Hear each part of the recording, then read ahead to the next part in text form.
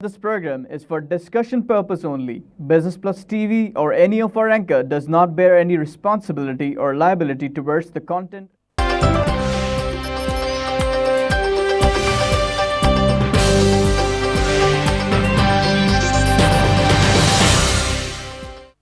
This is Business Plus broadcasting live from Karachi, Pakistan. You're watching our post-market show, PSX Hotline. I am your host, Tariq Khan Javed.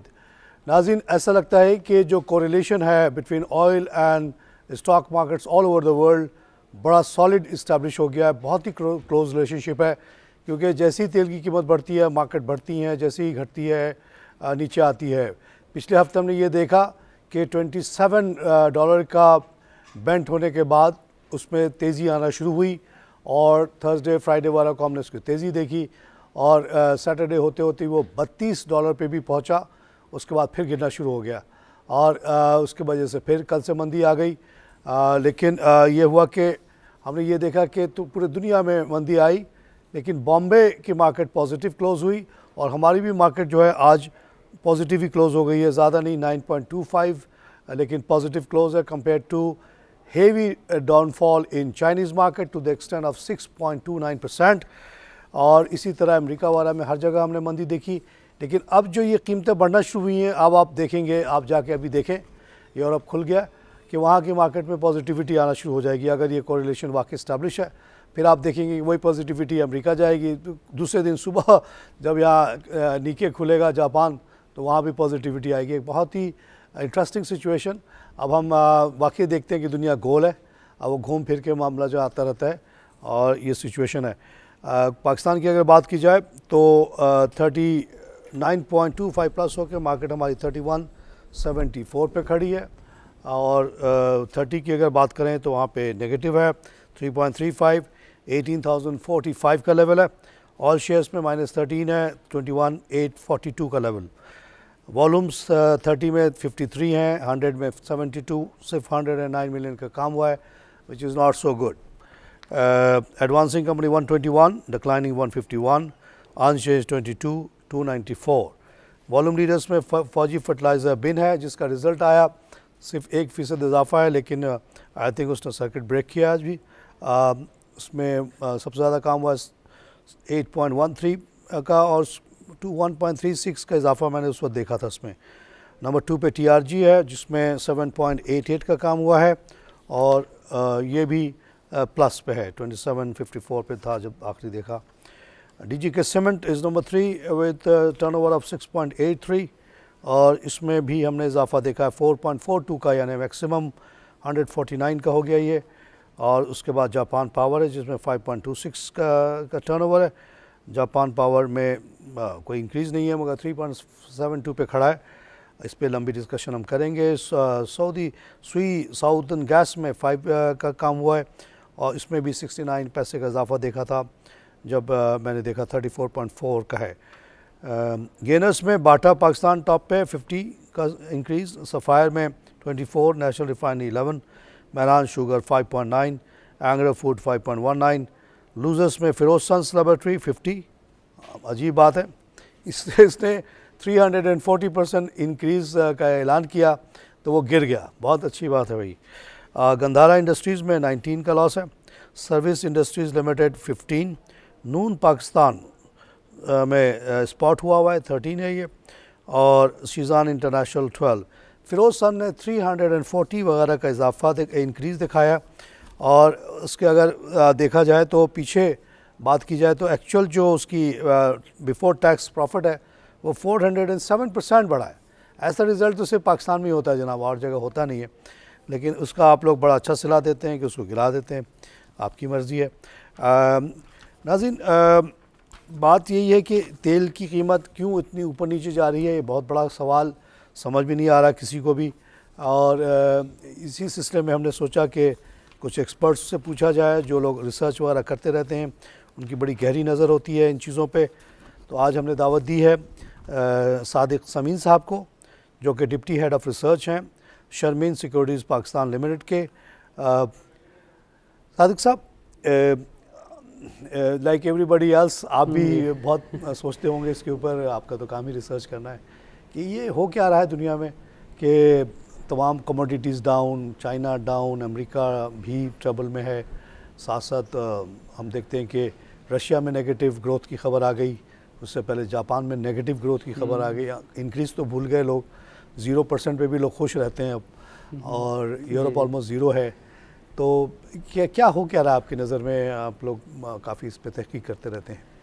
देखिए basically जो हुआ है, basically start हुआ था हमारे जो oil producer जो थे ओपेक नेशन से, उन्होंने बेसिकली एक थ्रेट थी बिल्डअप हो रही थी in terms of shell gas, ठीक है, वो काउंटर करने के लिए उन्होंने अपनी प्रोडक्शन बढ़ाई, अपना मार्केट शेयर वो मेंटेन करने के लिए उन्होंने बोला कि हमें ये एक थ्रेट है, हमें इसे काउंटर करना है। तो वो उसके बाद ये हुआ है कि उसको काउंटर करते करते उन्हें उनके शेल गैस की फिजिबिलिटी बनती थी अराउंड $60 पर बैरल, और इनकी फिर भी फिजिबल है नीचे इससे। इनके तो $8-10 भी होते हैं कई जगह पे है, मतलब एवरेज 30-25-20 क्या इसके करीब है। तो वो इनको काउंटर करके उन्होंने अपनी प्रोडक्शन बढ़ाई थी, सप्लाई आई। फिर उसके बाद ये हुआ है कि चाइना जो है, चाइना की इकोनॉमी के अंदर अब आफ्टर 25 इयर्स का मतलब सबसे इकोनॉमिक पैसिव ग्रोथ, मतलब सबसे कम ग्रोथ आई है इस दफ़ा 2015 में। तो एक चाइनीज़ इकोनॉमी, क्योंकि एक चाइना सबसे बड़ा कमोडिटीज़ का कंज्यूमर है, तो इसकी एक जो स्लो डाउन आया है ग्रोथ में, तो उसकी वहाँ से डिमांड के अंदर एक कॉन्ट्रैक्शन आई है, जिसकी वजह से आपकी जो सारी कमोडिटीज़ हैं उनमें डिक्लाइन आया है इस वजह से, क्योंकि एक सप्लाई गलट बन गया है कमोडिटीज़ का because of decline in demand from China. तो अगर ये अमेरिका में भी स्लो डाउन, हर जगह स्लो डाउन है, तो इसको क्या हम रिसेशन कह सकते हैं? देखिए ग्लोबल रिसेशन कह सकते हैं? एक हद नहीं कह सकते, क्योंकि जहाँ चाइनीज़ इकोनॉमी की वजह से कमोडिटीज़ में डिक्लाइन है, उसके साथ दूसरी इकोनॉमी जैसे इंडिया है, हमारी पाकिस्तान की इकोनॉमी है, उनको लोअर कमोडिटीज़ की प्राइसेस से बहुत फ़ायदा है, क्योंकि हम एक नेट इम्पोर्टर हैं ऑयल के अलावा बाकी कमोडिटीज़ भी तो नीचे बाकी हमारी अपनी कमोडिटी भी है, कॉटन है, वो भी शुगर है या वीट है, सब चीज़ में तो कमी आ रही है। उनमें भी आ रही है, बट जैसे अगर आप देखें कोल की प्राइसेस हैं, तो हमें सीमेंट बहुत हेवी डिक्लाइन है कोल के अंदर, तो हमारी सीमेंट इंडस्ट्री को बहुत फ़ायदा हुआ है। सेकेंडली अगर जैसे आप देखें कोल की प्राइसेस, जो कोल हमारा 30% ऑफ इम्पोर्ट बिल जो इम्पोर्ट होती है वो 30% का अकाउंट करता है, अराउंड $15 बिलियन US, वो अब क्योंकि प्राइसेस हमारी ऑलमोस्ट हाफ हो गई हैं वहाँ से। आप कोल की बात कर रहे हैं, एनर्जी की बात कर रहे हैं? मैं ऑयल की बात कर रहा हूँ। तो वो 15 से घट के कितनी हो गई अब? मतलब 15 की अब 11 थी लास्ट फिस्कल ईयर में, बट अब लगता है कि फुल इम्पैक्ट जो इस फिस्कल ईयर में आएगा। कम से कम 2-3 बिलियन की, तो आपको 2-3 बिलियन की आपको आराम से सेविंग्स होगी। करंट अकाउंट जब आप देखें डेफिसिट आपका ऑलमोस्ट हाफ हो गया है as compare to last half fiscal year. हाँ, उससे अब 1.2 बिलियन US का आपका current account deficit compare to around 3 billion last year. तो इससे हमारी इकोनॉमी को बहुत फ़ायदा होगा एज़ का इनकम, मतलब ना कि सिर्फ करंट अकाउंट से, बट हमारी एनर्जी की जो प्रोडक्शन है, पावर जनरेशन, जो कंपनीज़ हैं, मतलब टेक्सटाइल हो गई या दूसरी कंपनी सीमेंट हो गई, उनको बहुत फ़ायदा है, क्योंकि अब जो फर्नेस ऑयल पे आपकी जो इलेक्ट्रिसिटी जनरेट हो रही है वो आपकी ग्रिड से भी सस्ती है। अच्छा जी, तो वो उनसे इनको काफ़ी बेनिफिट है इस चीज़ में। तो मगर ये सारी बेनिफिट हम देख रहे हैं कि गवर्नमेंट ही को चली जा रही है, फुल एक्सटेंट ऑफ जो डिक्लाइन को पास ऑन नहीं किया गया टू द कंज्यूमर्स। प्रॉब्लम ये हो रही है कि जो आपके अड़ोस पड़ोस के मुल्क हैं उन्होंने ज़्यादा पास ऑन किया है, और बाज़ जगह बहुत बड़ी सब्सिडीज़ भी देते हैं। मिसाल के तौर पर फर्टिलाइज़र, जी इंडिया में इस वक्त फर्टिलाइज़र मिल रहा है 300-350 इंडियन रुपीज़ का एक बैग, हम लोग 1800 का दे रहे हैं अपने फार्मर्स को। उसकी एक वजह ये भी है कि फर्टिलाइज़र की गैस पे इतना ज़्यादा हमने टैक्स लगा दिया। इस वक्त फर्टिलाइज़र इंडस्ट्री आपकी जो अनवायबल हो गई है वर्ल्ड से अगर कंपेयर करें। 228 का बाहर मिल रहा है, यहाँ कॉस्ट ही ज़्यादा है उसकी। तो दूसरी बात ये है कि ओवरऑल एनर्जी का जो मिक्स हमारा है वो इतना महंगा है कि हम बांग्लादेश से गारमेंट में कम्पीट नहीं कर पा रहे, इंडिया से कॉटन यार्न बनाने में कम्पीट नहीं कर पा रहे, इंडिया से वेजिटेबल और दूसरी एग्रीकल्चर प्रोडक्ट कम्पीट नहीं कर पा रहे, क्योंकि उन्होंने तो न सिर्फ ही कि बिजली की उसको पास किया, बल्कि बहुत सारी चीज़ों में बहुत बड़ी बड़ी सब्सिडी भी देते हैं, defying the World Trade Organization जो कहता है कि आप सब्सिडी ना दो। मिसाल के तौर पे इंडिया 80 करोड़ लोगों को सस्ता खाना खिलाता है, अगर वर्ल्ड ट्रेड ऑर्गेनाइजेशन की बात सुनी जाए तो वो तो गलत है ना, क्योंकि वो चीज़ें यहाँ भी आ सकती हैं। ये देखिए सब्सिडी के हिसाब से देखिए अभी जो बजट के इन्होंने अनाउंस किया था 340 मिलियन उसका जो पैकेज था, किसान पैकेज के लिए इन्होंने अनाउंस किया था 340 उनका, तो वो भी एक गवर्नमेंट का इंसेंटिव था ये देख के कि भाई आगे एग्रीकल्चर जो इंटरनेशनल कमोडिटी मार्केट है वो काफ़ी क्रैश हो गई है, फार्मर्स को इशू आएगा। फर्टिलाइजर पे दिया उन्होंने, वीट पे दिया, फर्टिलाइजर पे दिया इन्होंने, फर्टिलाइजर 50 रुपीज़ कॉटन पर पे बैग, दिया, कॉटन पे दिया। लेकिन बात ये है कि एक तरफ वो पहले टैक्स ये जो GICD लगी थी, आपको याद होगा कि उसको सुप्रीम कोर्ट ने भी रोकने की कोशिश की थी। तमाम इंडस्ट्रीज ने कहा कि आखिरी स्ट्रॉ होगा हमारे ऊपर, गवर्नमेंट वेंट अहेड एंड लगा दिया उसको 200-250 बिलियन कमाने के चक्कर में। बिजली पे भी और गैस पे भी बहुत ज़बरदस्त ये टैक्स लेते हैं। पेट्रोल पे मेरे ख्याल में 40 रुपये इस बार टैक्स है, बाकी अराउंड 24 रुपीज़ 24 तो वो है जो कि कहते हैं कि sales tax plus sales tax वगैरह अगर लगा लें तो अगर आप एक्स रिफाइनरी प्राइस देखें तेल की इस वक्त जो कंडीशन है तो मेरे ख्याल में 30 वगैरह बनती है, 30-32 वगैरह नहीं, आई थिंक अराउंड 50 नहीं अगर आप प्योरली विदाउट एनी टैक्स लगा लें अगर। हाँ, अभी जो भी एक बैरल में कितने लीटर होते हैं, कोई कहता है 159, कोई कहता है 119 बैरल, उसको आप डिवाइड करें और थोड़ा सा ट्रांसपोर्टेशन लगा लें, थोड़ा सा रिफाइनिंग कॉस्ट लगा लें तो वो 30-40 का बनता है, बाकी सारा टैक्स है या OMC के मार्जिनस हैं। तो समहाउ दी अदर हमने अपनी एनर्जी कॉस्ट को बढ़ा लिया, उससे हमारे फार्मर्स सफ़र कर रहे हैं, उससे हमारे जो इंडस्ट्रियलिस्ट सफ़र कर रहे हैं, रो रहे हैं, पीट रहे हैं, लेकिन गवर्नमेंट सुन नहीं रही है। तो अगर इसी तरह से तेल की कीमत नीचे जाती गई और इंडिया वगैरह और अपने सस्ती करता गया तो हम तो अनकम्पिटिटिव होते चले जाएंगे। ऐसी बात है क्योंकि हमारे यहाँ भी ऑयल से पावर जनरेशन पे रिलायंस ज़्यादा है एज़ कम्पेयर टू दूसरे मतलब जो है, क्योंकि हमारी अराउंड आई थिंक 40% जो है हमारी बिजली जो है वो फर्नेस ऑयल से ही बनती है। तो एक तरीके से आप देख सकते हैं कि ये थोड़ा पॉजिटिव है हमारी मतलब जो इंडस्ट्रीज़ के लिए है, क्योंकि अभी जो अराउंड आपको पड़ती है जो फर्नेस ऑयल पे अभी जो प्राइसेस है उसके ऊपर आपको पड़ती है 7 to 8 रुपीज़ फर्नेस ऑयल पे पर यूनिट, जो कंपेयर टू अगर आप ग्रिड पे देख लें तो 12-15 के बीच में एवरेज प्राइस बनती है। तो अभी इनको इसमें काफ़ी मतलब बेनिफिट आ गया है बिकॉज ऑफ ऑयल प्राइसेस का डिक्लाइन जो है। तो इसमें ये लगता है कि क्योंकि नहीं तो जैसे आप कह रहे हैं कि अगर उसकी कॉस्ट कम हुई थी उसी लिहाज से अगर बिजली की कीमत भी 12 से घटा के 8 कर देते, 9 कर देते तब तो बेनिफिट होता बिजली। लेकिन अगर इस सब प्रॉफिट बजट में चला जाए, अब बजट इसलिए चाहिए उनको पैसे के वो प्रॉपर टैक्स कर नहीं पाते, ब्रॉडन नहीं कर पाते। सिर्फ 690,000 लोगों ने 31 दिसंबर को अपना टैक्स का गुशवारा जमा किया। किसी ज़माने में ये 1.8 मिलियन था, तो बढ़ने के बजाय घट रहा है यहाँ पे, और जो नैरो बेस ऑफ टैक्सेशन है उसी पे सारा बोझ पड़ रहा है। हाँ, ये है कि गवर्नमेंट को कोई ऐसे मतलब मेजर्स लेने पड़ेंगे कि जिससे आपकी टैक्स बेस बढ़े, क्योंकि अभी हमारी टैक्स बेस बहुत कम है। उसके लिए अभी और यही इशू है कि जो अभी इतना मतलब जो अभी मार्केट में मतलब इकॉनमी में जो इतना वो हो रहा था कि भाई बिज़नेस वाले जो लोग थे, वो बिज़नेस कम्युनिटी थी, वो डर रही थी कि आगे इन्वेस्टमेंट करने से, बिकॉज इनको यही था कि जो टैक्स अभी पे कर रहे हैं उन्हीं पे ही बर्डन आ रहा था टैक्स का। जी अच्छा, चलिए अब 2 रिज़ल्ट की तरफ चलते हैं। आज की बड़ी इवेंट है कि एक तो फिरोज सन्स प्रॉफिट आया है 340% और ये 770 मिलियन उसने कमाया compare too much less in the past, 175 था। ये सेकंड क्वार्टर रिज़ल्ट है। ये इतनी बड़ी इंक्रीज़ की आपकी कोई वजह समझ में आती है? और उसके साथ साथ आपने देखा कि इसकी कीमत घट गई है।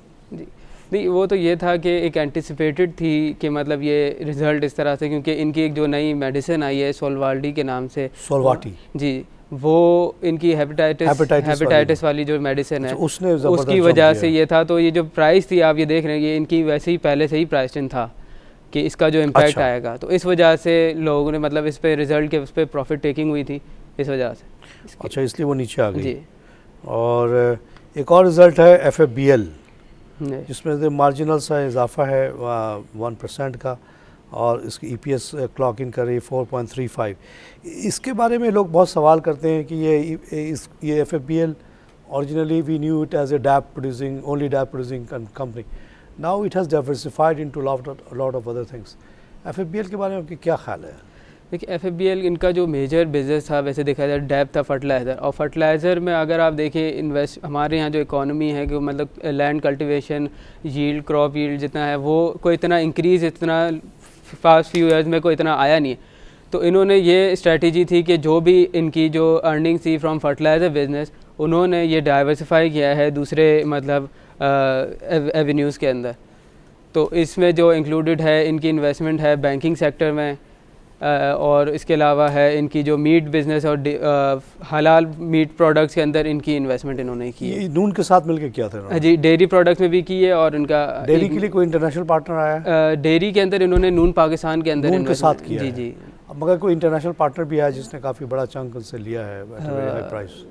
अब मेरे हाँ वो इंटरनेशनल पार्टनर भी अच्छा है। तो it has become quite a different काफी एनिमल नाउ। मतलब एज अ डाइवर्सिफाइड अब एक वो- मतलब वो कॉन्ग्लोमरेट FFBL, इन्होंने बना दिया। DAP अब से यू कांट मतलब link आप up इसको है। एज अ फर्टिलाइजर इसलिए कंपनी नहीं देख रिसर्च में सकते। भी जब तक ये तमाम जो क्रिएट कर रहे हैं नई नई चीज़ें जी उसको ज़ाहिर है मैच्योर होने में टाइम लगेगा। तो ये जो कोर बिजनेस था उसको रिजल्ट को भी फॉर द टाइम बिंग ये इसी तरह चलेगा। जी लेकिन अगर ये इतनी बड़ी डाइवर्सिफिकेशन है कि हलाल फूड वाले के तो बड़ी गुंजाइश है इस वक्त। काफ़ी पोटेंशियल अच्छा है। तो जैसे शरीर का आपने देखा शेयर कितना 95 पे उसको पजीराई मिली, तो इसमें तो बड़ी गुंजाइश नज़र आती है। मेरे ख्याल में जिन लोगों के पास ये शेयर है उनको होल्ड करना चाहिए। क्या कहते हैं आप? हाँ ये मतलब इसके अंदर पोटेंशियल तो ज़्यादा अच्छा है, क्योंकि आगे जाके इनका यही है कि मतलब अगर वो डेयरी के अंदर आते हैं और डेयरी मतलब जो आपने देखें स्टॉक जैसे एंग्रो फूड्स है और अलशहीर है, इनके मल्टीपल्स भी मतलब काफ़ी हाई होते हैं as compare to normal sector उनके जो होते हैं। तो ये है कि इनका मतलब इसका ये है कि अगर किसी बात है तो बेहतर है कि वो मतलब इनको एज और अ जो लॉन्ग भी टर्म इन्वेस्टर है इन्वेस्टमेंट वो रखें। समझ ले कि जिस FFBM में उसने ओरिजिनली इन्वेस्ट किया था अब वो चीज़ रही नहीं, जी काफ़ी एक डिफरेंट चीज़ हो हाँ। चुकी है। मिसाल के तौर पे अगर ये जो डेयरी में जा रहे हैं या हलाल फूड में जा रहे हैं, इसी किसी सेक्टर में और आमतौर से नए वेंचर में लॉस भी होता है शुरू में। अगर 1-2 साल तक लॉस हो जाए तो इसके रिजल्ट को तो डैम्पन करेगा वो, बट उसके लिए मेंटली लोगों को तैयार होना चाहिए कि होना जब वो प्रॉपर अपने वायबिलिटी पे आएगा तो फिर उसके रिजल्ट बहुत ज़ोरदार होंगे। हाँ ऑब्वियसली ये है कि क्योंकि एज अ जो जिस इंडस्ट्री में अगर वो इन्वेस्ट कर रहे हैं क्योंकि उनमें पोटेंशियल बहुत है आगे ग्रोथ का, तो उसको नज़रिए में देखना चाहिए बल्कि कि आप उनके जो इनिशियल रिजल्ट्स पे, क्योंकि आप आगे का पोटेंशियल इनका देखें जो बहुत ब्राइट है, तो इस हिसाब से आप इन्वेस्टमेंट करें और इसी तरह का पॉइंट ऑफ व्यू रखें। अच्छा, अब मैं क्योंकि आप एनालिस्ट हैं और डिप्टी हेड भी हैं अपने इदारे के, एक थॉर्नी इशू पे लाना चाहता हूँ जी कि रिसेंटली FIA ने रेट किया AKD पे, और ऑन द बेसिस के एक रिपोर्ट में थोड़ी सी शायद प्रिंटिंग मिस्टेक थी या ह्यूमन एरर ही कह सकते हैं कि EPS वगैरह थोड़ा सा बढ़ा के बताया गया, उसके बेसिस पे इतना बड़ा केस हो गया और उसने काफ़ी हमारे पूरे कैपिटल मार्केट में काफ़ी स्टिर क्रिएट किया हुआ है। अब 28 तारीख को डेट आई है और हमारे रेगुलर एक्सपर्ट थे आलम साहब, जिस दिन को पकड़ा उस दिन वो आने वाले थे हमारे शो में। अच्छा। तो हम लोग भी काफ़ी उनकी वजह से परेशान रहते हैं। और तो ये आप बताइए कि आपकी जो एनालिस्ट कम्युनिटी है उस पर क्या असर पड़ा? मिसाल के तौर पर आप काफ़ी ब्राइट आदमी हैं, आप चाहते तो किसी बैंक ज्वाइन कर लेते, इंश्योरेंस ज्वाइन कर लेते या कोई इंडस्ट्री ज्वाइन कर लेते, आपने चूज़ किया टू बिकम एनालिस्ट ऑफ। अब इसके और आपकी किसी रिपोर्ट पे अगर इस तरह की क्रिमिनल ऑफेंस और इस तरह की बात हो जाए तो ये तो आप लोगों के लिए काफ़ी एंग्जाइटी क्रिएट कर रही होगी। नहीं ठीक, आपकी बात ठीक है कि थोड़ा मतलब परेशानी होती है, एंग्जाइटी होती है, बट ये है कि जो भी स्टेप्स SECP ले रहे हैं जो भी है मतलब ये एक क्योंकि मार्केट को एक डेवलप करना चाह रहे हैं, क्योंकि हमारी मार्केट कितने साल से कोई मतलब इतने कोई रूल्स एंड रेगुलेशंस इतने कोई मतलब थे नहीं इस तरह की कि भाई आपको इफ़ इस तरह से होगा तो क्या मेजर्स लेने चाहिए और किस तरह से। तो अब ये एज अ प्रोसेस थोड़ा क्योंकि नया है तो इस पर थोड़ा ज़ाहिर है थोड़ी रेजिस्टेंस आती है, बट ये है कि आगे जाके क्योंकि मार्केट्स डेवलप होगी तो उसमें काफ़ी बेहतर है, क्योंकि ये अगर आप देखें एक नॉर्मल इन्वेस्टर्स हैं वो उनकी सेफ गार्ड के लिए ही किया जा रहा है। तो आप लोगों की कम्युनिटी में कोई ऐसा एग्जॉडस तो नहीं कि आपके लोग नीचे से भाग रहे हो looking for some other career because of this? ये आपने बिल्कुल सही कहा कि बिल्कुल ये हम एक PSX जब से हमने बनाया, जी जी, we are trying to sell PSX as a high quality international standard stock. हमने उसके लिए बड़ी तैयारियां की, CDC बनाया, NPCCL बनाया, उसकी वजह से काफ़ी जो थोड़ी बहुत गड़बड़ होती थी वो ख़त्म हो गई। प्लस रिसेंटली SECP ने कोई ऐसे टूल्स किए हैं कि वो फिक्टिशियस ट्रांजैक्शंस को भी पकड़ लेता है, नोटिस भेजता है, उससे काफ़ी डैम्पन हुआ है वो सारी एक्टिविटी। साथ साथ आप लोगों के ऊपर बड़ी रिस्पॉन्सिबिलिटी डाल दी कि जो भी एनालिस्ट है वो बहुत केयरफुली रिपोर्ट लिखे, कोई ऐसी मिस रिपोर्टिंग ना करे। लेकिन कई दफ़ा ह्यूमन एरर भी तो आपको फंसा सकता है ना। हाँ नहीं देखिए, ह्यूमन एरर होता है तो आप ठीक है, आपने अगर कोई रिपोर्ट निकाली तो आप उसको रिव्यू करके फिर आप एक मतलब करेक्शन भेज दें। ऐसा नहीं है कि मतलब आप उसी पे इंसिस्ट करते हाँ इंसिस्ट कर दें। ये दैट्स द प्रोफेशनल लुक। हाँ, आप अपोलोजाइज कर लें कि हाँ भाई हमसे गलती हो गई, गलती हो गई, और आप ऐसे अपने प्रोटोकॉल रखें कंपनी में कि जो आपकी जो ह्यूमन एरर्स हैं वो उनको एलिमिनेट कर दे। मतलब आप प्रोटोकॉल बना दें। आप एज ए डिप्टी हेड आपकी रिस्पॉन्सिबिलिटी है, आपका अगर कोई जूनियर जी रिपोर्ट बनाए और आप भी ना देख पाए, हो सकता है, हाँ, तो वहाँ पे आप दोनों की रिस्पॉन्सिबिलिटी हो जाएगी। तो आपकी रिस्पॉन्सिबिलिटी काफ़ी बढ़ चुकी है पहले से। नहीं, क्योंकि ये तो मुझे तो फियर ये है कि आप जैसे ब्राइट लोग कहीं इंडस्ट्री ना छोड़ दें। नहीं ऐसा नहीं है, क्योंकि आप इंटरनेशनली देखें तो ये सारे लॉज एंड प्रोसीजर पहले से मौजूद हैं। तो ये हमारे यहाँ नए आ रहे हैं, तो ये है कि थोड़ा चेंज मतलब अडेप्ट करने में थोड़ी रेजिस्टेंस आ रही है, थोड़ी मुश्किल हो रही है, बट आगे जाके यही है कि तब अडेप्ट हो जाएंगे तो आई थिंक बहुत बेहतरी है। आप लोग तो काफ़ी पढ़े लिखे लोग हैं, आप लोगों के लिए तो ये सारे रूल्स आपको पहले से पता थे, बल्कि आप खुश हैं कि चलो वो सारे रूल्स अप्लाई हो रहे हैं। लेकिन जो आपका निचले हिस्सा होता है, जो लोग ट्रेडिंग वेडिंग करते हैं, जो इंटरेक्ट करते हैं कस्टमर से, उनसे भी कहा गया है कि कम से कम मिनिमम 2-3 कोर्सेज SCCP रिकमेंडेड वो अडॉप्ट करें, हासिल करें before the end of the year. तो उनमें क्या आप देखते हैं, वो लोग परेशान हैं क्योंकि काफ़ी लोग बहुत पुराने हो चुके हैं, उनके तो लर्निंग भी बड़ा मसला है उनके लिए। एक है जैसे ऐसे उन्होंने निकाला है, जो इंस्टीट्यूट ऑफ कैपिटल मार्केट्स ने गैन फ्रादिंग की एक जो इन्होंने बताई वो निकाली है कि उनकी जो एक्सपीरियंस के बेसिस पे उनको सर्टिफिकेशन मिल जाएंगी। इन चीज़ों उनको एग्जम्पशंस मिलेंगी। जी इनको एक्सपीरियंस के बेसिस पे वो इनको मिल जाएंगे सर्टिफिकेशन। मगर फिर भी उन्होंने 2-3 कोर्सेज तो लाजमी की है ना, किए हैं, बट वो ज़रूरी भी है। वो ज़रूरी भी है क्योंकि मार्केट के आपको पता होना चाहिए, मार्केट के रूल्स का पता होना चाहिए आपको, ज़रूरी है जी बिल्कुल। क्योंकि आप लोग जो भी रिसर्च करें, जो भी एफर्ट करें, अगर जो कस्टमर आपके काउंटर पे आया उसको अगर प्रॉपर्ली ट्रीट नहीं किया गया या उसको सेटिस्फाई नहीं किया गया, तो आप लोगों की ओवरऑल ऑर्गेनाइजेशन की जो मेहनत है वो ज़ाया हो जाती है। हाँ जी बिल्कुल, देखिए ना, क्योंकि अगर आप इन्वेस्टर आपका एजुकेटेड होगा तो उसको इतना आसान होगा समझाना कि भाई क्यों आपके क्या फंडामेंटल्स हैं, क्या किस बेसिस पे आपको इन्वेस्टमेंट करनी चाहिए। तो अगर जितना एजुकेशन आप अवेयरनेस क्रिएट करेंगे उतनी बेहतर है आपकी मार्केट के लिए और आपके नॉर्मल जो इन्वेस्टर्स हैं उनके लिए, जो उनकी अपनी इन्वेस्टमेंट है। क्योंकि एक ज़ाहिर है उनकी काफ़ी मतलब इन्वेस्टमेंट होती है, जहाँ पूंजी होती है वो काफ़ी नीचे आती है, मार्केट्स ऊपर नीचे होती है तो काफ़ी उनकी लूज़ भी हो जाती है। तो ये जब इनको अवेयरनेस मिलेगी, एजुकेशन आएगी, तो वो अपनी इन्वेस्टमेंट सही तरीके से, साउंड तरीके से वो अपनी इन्वेस्टमेंट गाइड तो वही लोग करेंगे ना जो फ्रंट लाइन पे बैठे हुए हैं आपके। देखिए फ्रंट लाइन पे भी इसमें आप लोग भी उनको ट्रेन कर रहे हैं। SCCP भी अपने इनिशिएटिव ले रहा है, जैसे आपने देखा होगा जो इन्होंने अपना इनिशिएटिव जो कैंपेन चलाया है जमा पूंजी के नाम से, वो भी गाइडलाइंस है। और SCCP ने ब्रोकरेज फर्म्स को भी दिया है गाइडलाइन कि आप अपने इन्वेस्टर्स को और अपने स्टाफ को भी थोड़ा सा अप टू स्टैंडर्ड लाएं, स्टैंडर्ड में अप टू स्टैंडर्ड लेके आना। साहब यहाँ पे जरा लेंगे छोटी सी कमर्शियल ब्रेक। नाज़रीन हम लेते हैं छोटी सी कमर्शियल ब्रेक के बाद फिर हाजिर होते हैं।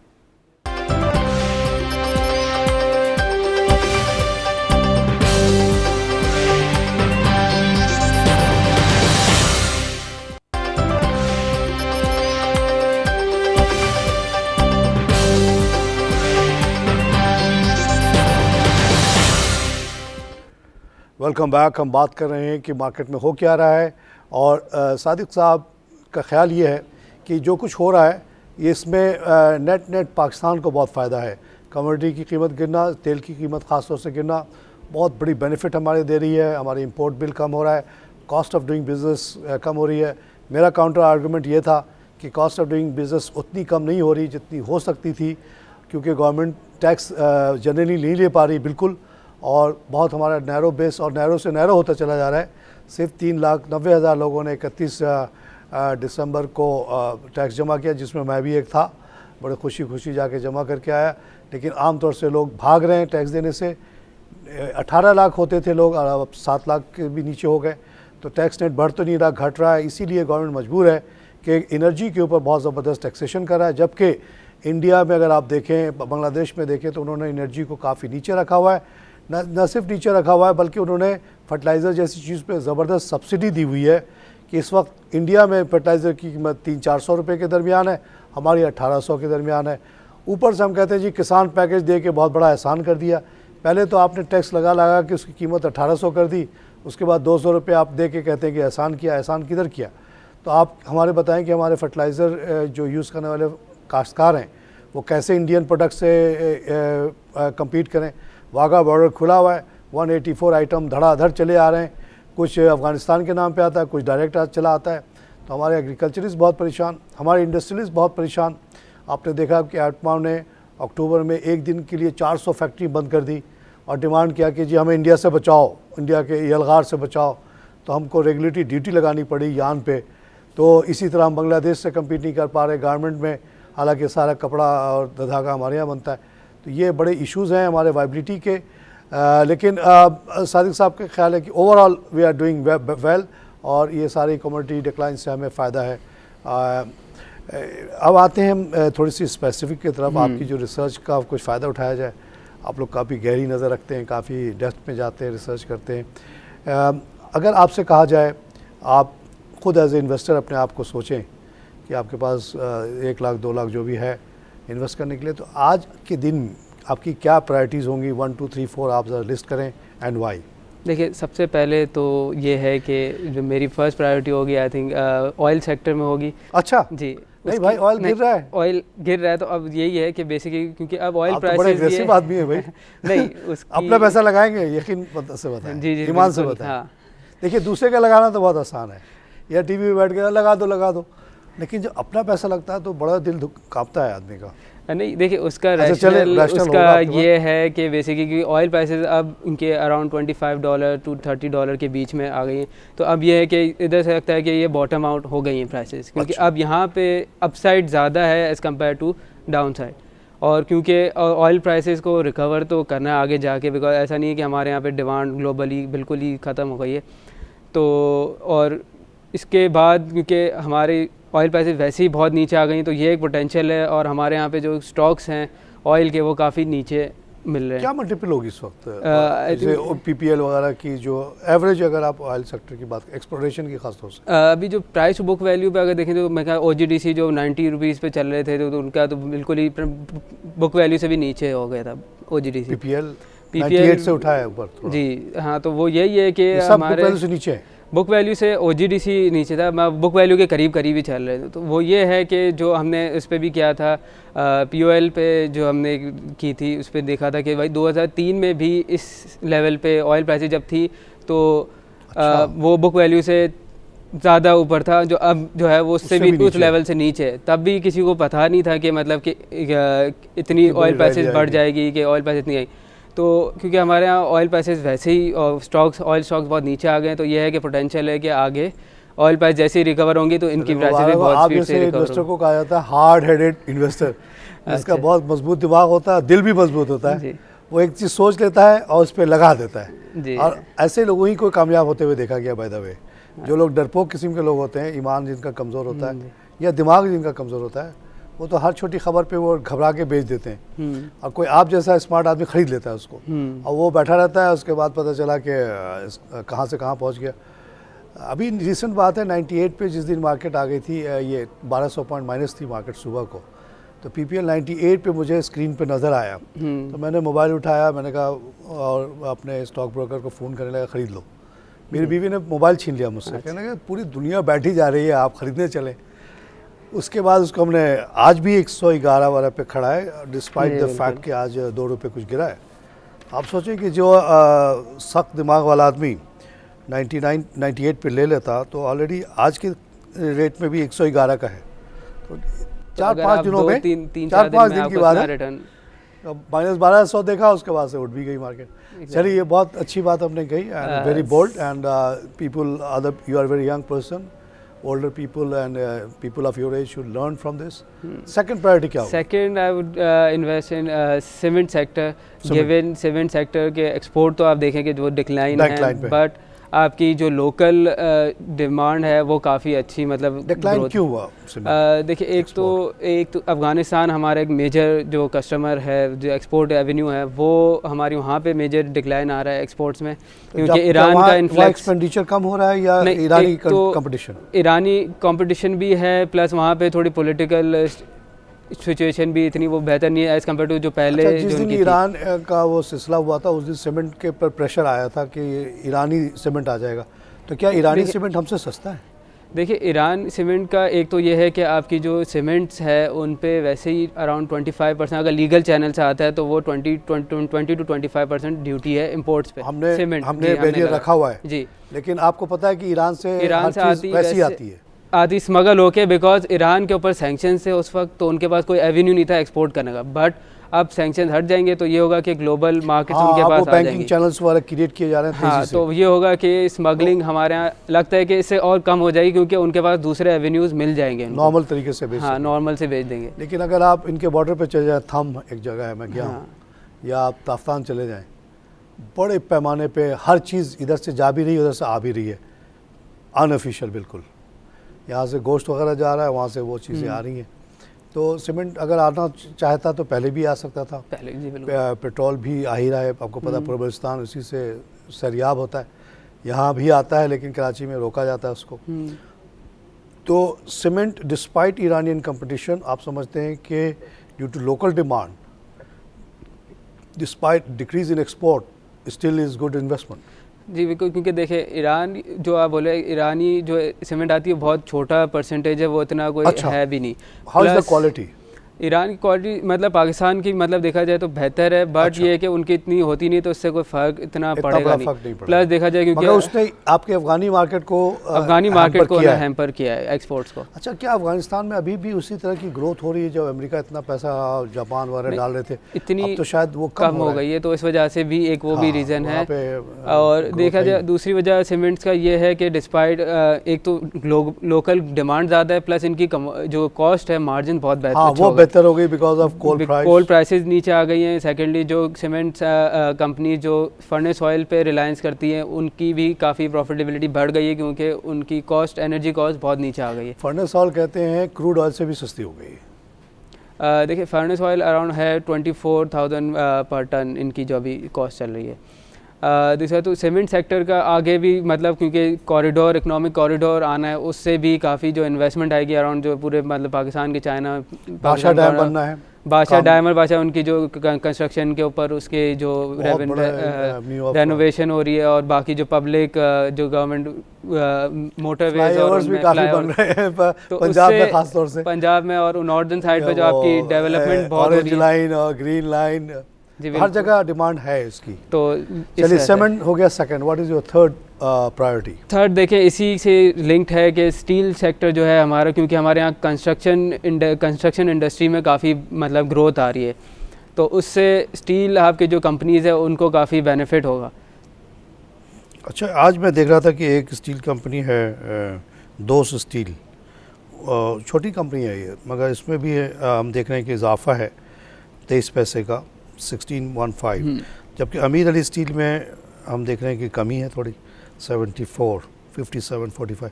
अमीर अली काफ़ी हाई लेवल पे आया था फिर नीचे चला गया। ये ओवरऑल मार्केट सिचुएशन थी या इसकी स्पेसिफिक वीकनेस कोई है? I think it was market correction था, थोड़ा सा वो था क्योंकि प्राइस पूरे हर चीज़ नीचे आया तो ये भी नीचे चली। जी बिल्कुल, वो इसको फंडामेंटली वीच नहीं होना चाहिए। दोस्त steel was sort of, I think डो स्टील का तो इनका जो रूमर्स था आज कि इनका कोई लोन की जो है क्या कहते हैं रीस्ट्रक्चरिंग वगैरह, तो उस वजह से है। ये तो सिक सॉर्ट ऑफ कंपनी थी। हाँ, it was not a very good company. हाँ, तो इनका कोई उससे। अच्छा, इसी सिलसिले में कोई आईपीओ आ रहा है स्टील का? आगा की बात चली थी, वो रुक गई शायद। अभी तो फिलहाल नहीं है। But Amir Ali is doing fine otherwise. जी, Amir Ali reached almost the old levels. हाँ जी, जो 60, 58। चलिए, आपने तीसरा प्रायोरिटी स्टील को बता दिया, and it is because of link with the economic corridor construction, जो आपकी इंडस्ट्री का पाकिस्तान में जो बूम आ रहा है उसकी वजह से है। और इसकी वजह से ये एक और वजह भी है कि जो इंटरनेशनल इनकी जो रॉ मटेरियल है, क्योंकि ये जो कंपनीज़ है मुगल स्टील हो गया, अमरेली स्टील हो गया, बेसिकली ये कहते क्या है कि दे इम्पोर्ट स्क्रैप स्टील और वो इधर उसको रिफ़ाइन करके और उसको मतलब प्रोसेस करके एज अ फिनिश प्रोडक्ट बेचते हैं। तो वो जो स्क्रैप स्टील की जो इनकी कॉस्ट है वो क्योंकि इंटरनेशनली कमोडिटी मार्केट नीचे आ गई है, तो वो यहाँ जनरली 20 to 30% नीचे आ गई है। जी, तो एक तरफ स्टील नीचे, दूसरी तरफ एनर्जी कॉस्ट कम हो गई, बिकॉज चाहे वो फर्नेस से करें या कोयले से करें, काफ़ी सब्सटेंशियल रिडक्शन है। कोयला तो $320 से घट के 40 का हो गया। जी, तो ये स्टील भी also is a preferred sector. जी। उसके बाद इनके बाद आप देखें ऑटोज़ हमारे जो हैं अभी भी काफ़ी मतलब देखा जाए तो समझता है पहला उसको आप कहेंगे, क्योंकि जिस तरह के सेल्स आ रही हैं, जिस तरह के मॉडल्स आ रही हैं। हाँ नहीं, वो बिल्कुल आपकी बात है। एक ये है इशू कि भाई ऑटो पॉलिसी अच्छा, अभी ऑटो में आप मोटरसाइकिल को भी जोड़ लें, क्यों? मोटरसाइकिल में भी 30% का ग्रोथ है और अब हायर क्वालिटी के मोटरसाइकिल ज़्यादा बिक रहे हैं, जो 125 सीसी और बड़े वाले कहते हैं बूढ़े लोग, जो उम्र वालों के लिए वो 70 CC is quite painful after certain ride. तो ये that is also indication of prosperity कि लोग इतना अफोर्ड कर पा रहे हैं कि लाखों के बाइक खरीदना चाह रहे हैं। इसके अलावा तो बाइक में भी काफ़ी, जब ऑटो की बात करें तो बाइक को लिंक कर लें, दोनों बहुत तेज़ी से ऊपर आ रहे हैं। ऑटो का एक और ये भी है रीज़न कि कंज्यूमर फाइनेंसिंग आपकी जो उस लेवल्स पे आ गई है जो आपकी लास्ट देखी गई थी 2008 के अंदर, जो लेवल्स देखे गए थे अब उस लेवल्स पे एज ऑफ दिसंबर आ गई थी जो 96। क्या रेट चल रहा है इस पे आजकल? आई थिंक वही है जो इनका कार्बोर प्लस इनका जो 8-9% जी। हाँ, तो वही वो क्योंकि इंटरेस्ट रेट पॉलिसी रेट नीचे आ गया तो उस वजह से इनका भी वो नीचे आ गई है। मोटरसाइकिल भी ज़्यादातर किस्तों पे बिकती है, गाड़ियाँ भी किस्तों पे बिक रही हैं, तो ये भी एक बहुत इंपॉर्टेंट सेक्टर। व्हाट अबाउट, अच्छा आप ही पे छोड़ता हूँ जी। नेक्स्ट फार्मेसी का मैं हिंट दे रहा हूँ, फार्मेसी, क्योंकि अभी हमने बहुत ज़बरदस्त रिजल्ट फिरोज सन्स का। फार्मेसी का ये है कि कुछ सिलेक्टेड हैं जो कंपनीज उनका है, जैसे फिरोज सन्स है क्योंकि उनका एक नया प्रोडक्ट है। What is Noon? Noon is also a pharmaceutical company और या फूड है? ये तो नून पाकिस्तान तो वही फौजी बिन कासिम से जी। मगर क्या नून पहले से क्या फूडी का काम करता था? फूड का ही है, उसका नथिंग टू डू विद नून पाकिस्तान है। अच्छा, तो फिरोज सन्स को हमने बड़ा ज़बरदस्त देखा बिकॉज ऑफ हेपेटाइटिस बी, आपने बताया। तो उसके अलावा और कुछ हैं इसमें जेम्स जिसको लोग देखें? What about the pharmacy policy? तो आई नहीं अभी तक। देखिए इशू अभी ये था कि प्राइस को लिंक किया जाए कॉस्ट से, तो वो इन्फ्लेशन से आपका लिंक करने का था, बट ये इश्यूज़ हैं कि मतलब कुछ सेक्टर्स की भी अभी पॉलिसीज़ नहीं आई। जैसे आप देखें ऑटो सेक्टर की भी काफ़ी टाइम से पॉलिसी कोई बनाई थी, प्राइम मिनिस्टर ने रिजेक्ट कर दिया। रिजेक्ट कर तो वो कोई पॉलिसी आ नहीं रही है। पॉलिसी तो ये है, हुकूमत को ये है कि अभी देखना चाहिए कि थोड़ा प्रोएक्टिव होके पॉलिसीज़ लेके आएँ जिससे आपकी जो सेक्टर्स हैं आपके उनको थोड़ी मतलब वो मिले। 4-5 गाड़ियों की कंपनी कह रही है कि ऑटो पॉलिसी हम दे लॉन्ग टर्म, 10-15 साल का पॉलिसी लॉन्ग टर्म होती है, 1 साल की नहीं होती। यहाँ सिस्टम ये है कि एक पॉलिसी दी, फिर उनका कोई दोस्त आया तो उसके लिए पॉलिसी को चेंज करके नई पॉलिसी आ जाती है। ये that's not the way to run a country. Not अगर रिनॉल्ट वगैरह ये कह रहे हैं कि अगर हमें लॉन्ग टर्म पॉलिसी आप दे दें तो हम 100% लोकल गाड़ी बनाने के लिए तैयार हैं, लेकिन वो दे ही नहीं रहे। इसी तरह फार्मेसी वाले अगर आप कॉस्ट इन्फ्लेशन से उसको लिंक कर दें तो वो बहुत सारी इन्वेस्टमेंट जो भाग गई थी शायद वापस भी आ जाए। बहुत सारी मल्टीनेशनल चली गई यहाँ से ड्यू टू दैट फैक्टर, तो may be they can return और जो local companies can do better also. हाँ नहीं सही बात है, क्योंकि एक आपका क्योंकि कोई भी कंपनी आती, कोई भी इन्वेस्टर आता है तो एक लॉन्ग टर्म व्यू इन्वेस्टमेंट लेके आता है, तो वो एक अगर आप इनको साउंड पॉलिसीज़ बनाएंगे जो उनके फेवर में होगी। और जैसे आपने भी बताया कि ऑटो मतलब ऑटो सेक्टर के अंदर काफ़ी इंटरेस्टेड हैं, रेनॉल्ट है, वोक्सवैगन है, तो काफ़ी स्टेक होल्डर्स हैं जो इन्वेस्ट करना चाहते हैं। मतलब यानी कि लोकल कंपनीज भी हैं, उन्होंने भी अपना डिज़ायर किया है कि भाई हमें अपना एक्सपेंशन करना है, जैसे पाक सुजुकी ने इन्होंने भी किया था। तो ऐसी अपॉर्चुनिटीज़ हैं हमारे पास कि हम इनको मतलब ऐसी पॉलिसीज़ बना के दें, क्योंकि अब हमारे यहाँ पे एक तो हमारे मैक्रोज़ बहुत अच्छे हो गए हैं, प्लस हमारी लॉ एंड ऑर्डर सिचुएशन अब बनस्बत 2-3 साल पहले काफ़ी बेहतर है। तो इन्वायरमेंट, कंज्यूमर इन्वायरमेंट बहुत बेहतर हो गया है, तो इन्वेस्टमेंट आ सकती है और गवर्नमेंट पॉलिसीज़ सही हो जाए। हाँ, क्योंकि सादिक बहुत अच्छी बातें हुई, लेकिन अब प्रोग्राम का वक्त ख़त्म होगा, ज़रूर फिर आइएगा और मज़ीद आपसे हम मुस्तफ़ीज़ होंगे। नाज़रीन, ये सादिक साहब थे, young man, very good expert, तमाम मार्केट की इन्होंने प्रायोरिटी आपको बता दी। अगर ये खासी मुझे बड़े आदमी बनते हुए नज़र आ रहे हैं क्योंकि इनका अप्रोच काफ़ी एग्रेसिव है। सबसे पहले इन्होंने तेल को चुना है और अगर इन्होंने वाकई तेल में जिसने लगा दी है इस वक्त वो बहुत उसके वारे न्यारे होने वाले हैं अगर तेल की कीमत 60 वाट पे चली गई तो। और बाकी जो प्रायोरिटी इन्होंने बताई है वो भी काफ़ी लॉजिकल है। और बात साथ हमारे कंक्लूजन यही है कि एक तो गवर्नमेंट का जो टैक्सेशन की पॉलिसी है on energy is damaging the economy very badly. Government should review that, find other sources of revenue. साथ साथ ऑटो पॉलिसी लेकर आएँ, ट्रेड पॉलिसी लेकर आएँ, फार्मेसी पॉलिसी लेकर आएँ, ताकि लोग जो है ना आके इन्वेस्ट करें। मैक्रोज जैसे कि सादिक साहब कह रहे हैं कि बहुत अच्छे हो गए हैं, लॉ एंड ऑर्डर बहुत अच्छी हो चुकी है पहले से, people are willing to come to Pakistan, provided ये 4-5 चीज़ें गवर्नमेंट करे। नवाज़ शरीफ साहब को आगे बढ़ के सब कुछ करना चाहिए कि उनके जो इकनॉमिक मैनेजर्स हैं वो तो काफ़ी ढीले नज़र आ रहे हैं। इसी के साथ प्रोग्राम ख़त्म करूँगा। खुदा हाफिज़।